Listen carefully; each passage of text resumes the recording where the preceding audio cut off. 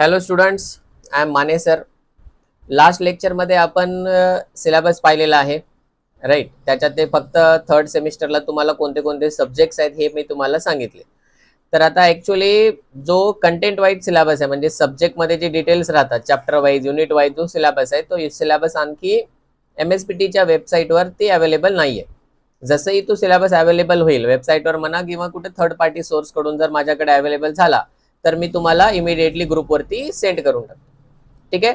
तर काल आपण फक्त सिलेबसचं इंट्रोडक्शन पाहिलंय. आजच्या लेक्चरमध्ये आपण पाहूयात आता की आपला जो DTM सब्जेक्ट आहे, digital techniques and micro processor, तर त्या सब्जेक्टचे थोडेसे इंट्रोडक्शनचे काही पॉईंट्स आहेत, ते पॉईंट्स आपण शिकूयात. आता कंटिन्यू, आता आज हा तुमचा समजा सिलेबसचा पहिला व्हिडिओ आहे. याच्यानंतर आणखी कंटिन्यू व्हिडिओ तुम्हाला भेटत राहतील, राईट. फक्त एक लक्षात ठेवा की DTM हा एक लॉजिकल सब्जेक्ट आहे, एक प्रकारचं पूर्ण मॅथमॅटिक्स असल्यासारखं आहे, बट हे डिजिटलवाला मॅथमॅटिक्स आहे, राईट. याच्यात ते इंटिग्रेशन वगैरे काही राहणार नाहीये. हे आपलं डिजिटल मॅथमॅटिक्स आहे, जे तुम्हाला पूर्ण तुमची इंजिनिअरिंग होईपर्यंत आता हे यूजमध्ये येणार आहे. याच्यात पण आपल्याला न्यूमरिकल्स वगैरे असतात, डिझाईन्स वगैरे असतात, राईट. आउट ऑफ मार्क्स घेऊन देणारा हा सब्जेक्ट आहे, digital techniques and micro processor. तर फक्त या सब्जेक्टची एक गोष्ट लक्षात ठेवण्यासारखी आहे, ती म्हणजे की प्रत्येक पॉईंट तुम्हाला प्रॉपरली समजून घेऊन पुढे चालावं लागेल. जसं साधी सोपी गोष्ट आहे, कुठे जर तुम्हाला अल्फाबेट्सच येत नसतील, ABC जर तुम्हाला येत नसेल, तर त्या केसमध्ये तुम्हाला वर्ड्सच फॉर्म करता येणार नाही. कळतंय? जर तुम्हाला वर्ड्स फॉर्म करता आले नाही तर त्यावरून तुम्ही सेंटेन्स तयार करू शकणार नाही, आणि सेंटेन्स जर तयार करता आले नाही तर मग पॅरेग्राफ्स तयार होणार नाहीत. तसंच आहे नंबर सिस्टम, हा आपला एक बेसिक पॉइंट आहे या DTM सब्जेक्ट मधला. तर तो आज मी तुम्हाला शिकवणार आहे की नंबर सिस्टम काय असतात ते. आता हा पॉइंट आपल्याला कंटिन्यू एक 4-5 लेक्चर तरी शिकावं लागणार आहे. वेगवेगळ्या टाईपचे नंबर सिस्टम्स आहेत, ते काय आहेत काय नाही आपण पाहूयात. ठीक आहे. तर आता व्हाईट बोर्ड कडे जाऊयात. पहा, तर आता इकडे लक्ष द्या. नंबर सिस्टम हा पॉइंट आपल्याला शिकायचा आहे. तर या नंबर सिस्टम पॉइंट मध्ये काय आहे बघा,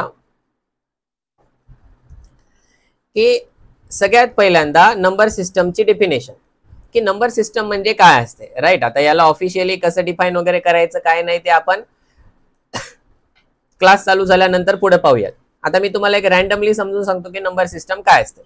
तर आता बेसिकली नंबर सिस्टम म्हणजे काय आहे, की आपण काही सेट ऑफ कॅरेक्टर्स घेतलेत आणि त्या कॅरेक्टर्सला एक फिक्स व्हॅल्यू दिलेली आहे. त्या व्हॅल्यूच्या कॉम्बिनेशन वरून आपल्याला काही फिक्स प्री डिफाईन व्हॅल्यूज मिळायला सुरू होतात. त्यालाच आपण नंबर सिस्टम म्हणतो. जसं आता डे टू डे लाईफ मध्ये आपण जी नंबर सिस्टम यूज करतो ती नंबर सिस्टम आहे आपली डेसिमल नंबर सिस्टम. ओके. आता या डेसिमल नंबर सिस्टमला सोडून, म्हणजे आजपासून तुम्ही पहिलीपासून आता 10वी पॉलिटेक्निक पर्यंत आपण जे 1-2 जे काय आपल्या डे टू डे लाईफ मध्ये यूज करतो ते सगळे या डेसिमल नंबर सिस्टम मध्ये यूज केले जातात. ओके. बट जे कम्प्युटर्स आहे त्या कम्प्युटर्सला ही डेसिमल नंबर सिस्टम समजत नसते. मग कम्प्युटरला कोणती नंबर सिस्टम समजते, ती नंबर सिस्टम काय असते, हे आपण पुढे आता या सब्जेक्ट मध्ये शिकणारच आहे. ठीक आहे. तर आता नॉर्मल नंबर सिस्टम काय आहे, जे आपण डे टू डे लाईफ मध्ये यूज करतो. कन्सिडर करा आपली जी नंबर सिस्टम आहे ती डेसिमल आहे. तर या डेसिमल नंबर सिस्टम मध्ये टोटल डिजिट्स किती असतात? 10 हे टोटल डिजिट्स आहेत या नंबर सिस्टम मध्ये, राईट. आता हे 10 डिजिट्स कुठून कुठपर्यंत आहेत? हे सुरू होतात 0 पासून आणि संपतात 9 ला. सुरू होतात 0 पासून, संपतात 9 ला. जर तुम्ही यांना टोटल मोजलं तर हे 0 to 9 पर्यंत किती झाले? 10 झाले. म्हणून 10 म्हणजे डेक, DEC, डेक. डेकचा मिनिंग असतो 10. तर डेसिमल म्हणजे अशी नंबर सिस्टम ज्या नंबर सिस्टम मध्ये किती डिजिट्स आहेत? 10. आता या नंबर सिस्टम मध्ये 0 आहे, 1 आहे, 2 आहे, 3 आहे, अप टू आपल्याला 9 पर्यंत बघायला भेटतं. या प्रत्येकाला एक फिक्स व्हॅल्यू दिलेली आहे का नाही, राईट. ही जी फिक्स व्हॅल्यू दिलेली आहे याला, म्हणूनच आपण याला म्हणत असतो नंबर सिस्टम, राईट. आता एक नंबर सिस्टम मी तुम्हाला तयार करून दाखवतो. पहा, जसं आपण अल्फाबेट्स म्हणतो, A फॉर ऍपल, ओके. त्यानंतर B फॉर बॉल, राईट, आणि C फॉर कॅट. आपण आता हे ABC जे आहेत यांना आपण अल्फाबेट्स म्हणतो.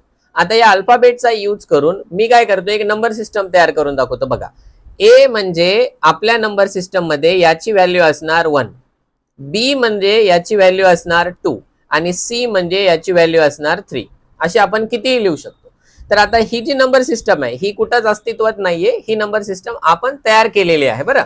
एवढं लक्षात घ्या. आता A म्हणजे 1 आहे, B म्हणजे 2 आहे, C म्हणजे 3 आहे ना. आता या नंबर सिस्टमचा यूज करून मी तुम्हाला नंबर्स बनवून दाखवतो आणि तुम्ही पण मला त्याची व्हॅल्यू सांगू शकता. जसं फॉर एक्झाम्पल, जर मी एक नंबर लिहिला ABC, आता हा जो ABC आहे ना, हा ABC सगळ्या जगासाठी ABC दिसतोय, राईट. बट ते तुम्हाला मलाच माहिती आहे की हे ABC म्हणजे 1 2 3 आहे आपल्यासाठी, बरोबर आहे, राईट. आता आणखीन एक घेतो, समजा हे याला मी घेतलं D, right. D for dog, alphabet मध्ये राहतं, माझ्यासाठी D म्हणजे 4 आहे त्याची व्हॅल्यू. जर मी इथं ABCD घेतलं तर हे व्हॅल्यू काय आली 1 2 3 4, राईट. आता मी याचं कॉम्बिनेशन बदलतो, मी कॉम्बिनेशन घेतो DBAC, राईट. DBAC. आता हे दिसायला सगळ्या जगाला हे अल्फाबेट दिसतील, राईट. पण हे DBAC म्हणजे काय नंबर तयार होतो, D म्हणजे काय 4, B म्हणजे 2, A म्हणजे 1, हा 3 घ्या, 4 2 1 3. काल आता तुम्हाला वाटत असेल की मला हे समजत नाही, ही नंबर सिस्टम ऑब्वियस आहे ना, समजणारच नाही ना, कारण डे टू डे लाईफ मध्ये आपण कोणती नंबर सिस्टम वापरतो, डेसिमल. डेसिमल मध्ये काय आहेत, 10 डिजिट्स आहेत, कुठून कुठपर्यंत आहेत, 0 पासून 9 पर्यंत आहेत, टोटल किती आहेत, 10 आहेत. ठीक आहे, तर 1 0 हा तुमच्या डेसिमल नंबर सिस्टम मधला डिजिट नाही. ठीक आहे, हा तुमच्या डेसिमल नंबर सिस्टम मधला डिजिट नाहीये, कळतंय. तर ते जे 1 0 आहे ह्या तयार झालेला नंबर आहे, ते पुढे पुढे गेल्यानंतर आपण डिटेलमध्ये पाहूयात की काय काय राहतं ते. काल, राईट. आता बघा इथे एक नंबर लिहितो मी BACD. ठीक आहे, याची व्हॅल्यू काय होईल ती नंतर मला तुम्ही कमेंट बॉक्स मध्ये सांगा, राईट. आता पुढे लक्ष द्या की वेगवेगळे नंबर सिस्टम कोणते कोणते आहेत आणि काय काय त्यांची इम्पॉर्टन्स आहे. ठीक आहे, आता पुढचा जे पॉइंट शिकवणार आहे त्याच्यामध्ये आपल्याला एक इम्पॉर्टंट डेफिनेशन शिकायचे. ही डेफिनेशन तुम्हाला पेपरमध्ये 1-2 मार्क्सला विचारली पण जाते, राईट. जेव्हाही नंबर सिस्टमचं क्लासिफिकेशन झालं तर तेव्हा ज्यांनी क्लासिफिकेशन केलेलं आहे त्यांनी काहीतरी क्रायटेरिया ठेवला असेल. ओके, त्या क्रायटेरियानुसार त्यांनी नंबर सिस्टम्स तयार केले. तर तो क्रायटेरिया काय, त्या क्रायटेरियाला म्हणलं जातं बेस और रॅडिक्स. बेस और रॅडिक्स, रॅडिक्सला डिनोट करतात स्मॉल आर ने. बेस और रॅडिक्स ऑफ अ नंबर सिस्टम, एखाद्या नंबर सिस्टमचा बेस किंवा रॅडिक्स म्हणजे काय असतो. ठीक आहे, ही डेफिनेशन तुम्हाला तोंडपाठ असायला पाहिजे. कॉलेज जेव्हा सुरू होईल, सुरू झाल्यानंतर जेव्हा तुम्ही माझ्याकडे येईल, फिजिकली प्रेझेंट राहील, तेव्हा आल्यानंतर ही डेफिनेशन मी तुम्हाला विचारणार की बेस और रॅडिक्स म्हणजे काय असतं. ओके, तर आता बेस और रॅडिक्स म्हणजे काय आहे, एक मिनिट हा.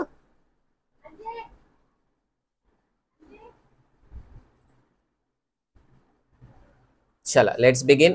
तर बेस और रॅडिक्स, तर याची डेफिनेशन काय असते, base of a number system is defined as total number of digits, total number of digits present in a number system. Okay, total number of digits present in a number system is called as base or radix of that number system. त्यानंतर it is denoted by small r. आपण हे कशाने denote करतो, small R ने denote करत असतो. ही definition तुम्हाला पाठ असायला पाहिजे. या डेफिनेशन वरच आता तुम्हाला खाली जे मी शिकवणार आहे ते तुम्हाला पाठच झालं पाहिजे पूर्ण. So what is base, base म्हणजे काय, total number of digit present in a number system. एका नंबर सिस्टम मध्ये किती डिजिट प्रेझेंट आहेत याला आपण बेस म्हणत असतो. आणि या बेसचाच क्रायटेरिया कन्सिडर करून आपल्याला टोटल 4 नंबर सिस्टम इथे शिकायच्या आहेत. ओके, तसे तर नंबर सिस्टम्स खूप आहेत, बट आपल्याला शिकायचे 4 नंबर सिस्टम्स. ठीक आहे, पहिली जी नंबर सिस्टम आपल्याला शिकायची आहे ती आहे आपली बायनरी. दुसरी जी नंबर सिस्टम आपल्याला शिकायची आहे ती आहे ऑक्टल. तिसरी जी नंबर सिस्टम आहे ती आहे आपली डेसिमल. आणि जी चौथी नंबर सिस्टम आहे which is called as hexadecimal. Okay, कोणती नंबर सिस्टम आहे, decimal, sorry hexadecimal. Binary, octal, decimal, hexadecimal. ठीक आहे, तर इथे याला आपण वर हेडिंग देऊया. तर हे जे इथं मी लिहिले रेड कलर मध्ये, हे रेड कलर मध्ये काय नंबर सिस्टम आहे. हे काय आहे आपली नंबर सिस्टम.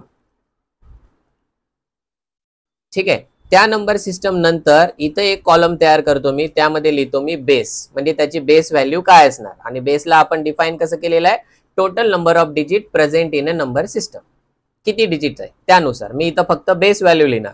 बेस व्हॅल्यू लिहिल्यानंतर मी तिथं लिहिणार, आताच्या पुढे लिहिणार डिजिट्स, म्हणजे त्या नंबर सिस्टम मध्ये किती डिजिट्स आहेत, कसे कसे डिजिट असतात ते. आणि त्यानंतर आपण याला लिहूया इथं रिप्रेझेंटेड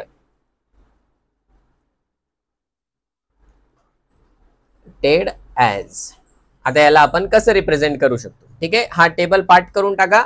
तुमच्या डीटीएम मधला जो पहिला पॉइंट आहे तो तुमचा प्रिपेअर झाला असं कन्सिडर करून घ्यायचं, ठीक आहे. पहा, बायनरी नंबर सिस्टमचा बेस असतो 2 आहे, म्हणजे त्याच्यामध्ये फक्त किती डिजिट्स राहणार, 2 डिजिट राहणार. कोणते कोणते 2 डिजिट राहणार, एक राहणार 0, दुसरा राहणार 1.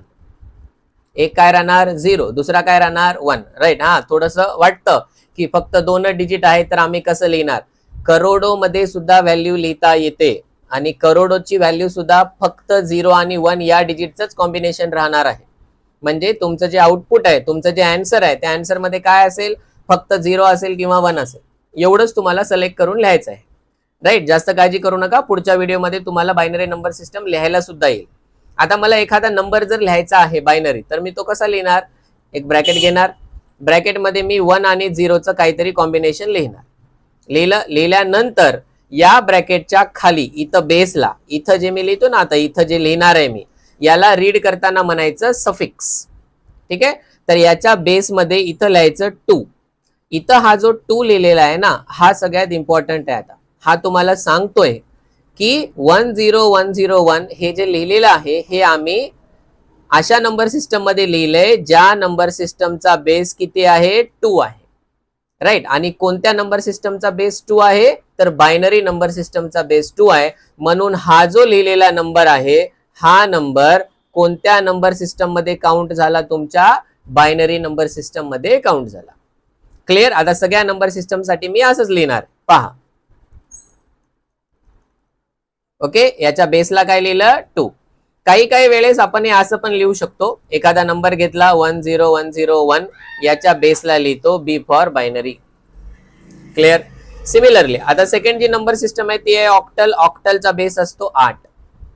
तर ऑक्टलचा बेस 8 आहे, म्हणजे ऑक्टल मध्ये 0 पासून 7 पर्यंत असे टोटल किती डिजिट प्रेझेंट आहेत, 8 डिजिट प्रेझेंट आहेत, राईट. एक कधीही लक्षात ठेवा, या सब्जेक्ट मध्ये जे काही तुमचा नंबर आला असेल 8 म्हणजे 1 पासून 8 पर्यंत कधीच मोजायचं नाही, कधीच मोजायचं नाही. या सब्जेक्ट मध्ये नेहमी लक्षात ठेवायचं की आपली जी सुरुवात आहे ती सुरुवात 0 पासूनच होत असते.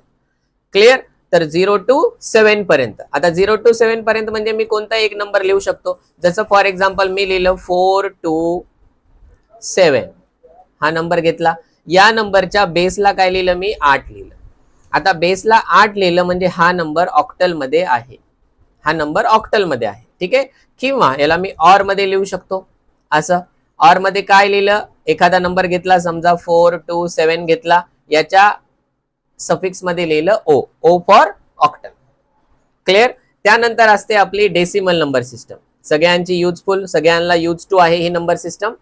याचा बेस किती आहे, 10 आहे. डेसिमलचा बेस किती आहे, 10 आहे. 10 असल्यामुळे याच्यामध्ये डिजिट्स असतील 10. कुठून सुरू होतात, 0, संपतात कुठे, 9 ला. 0 to 9 पर्यंत झाले.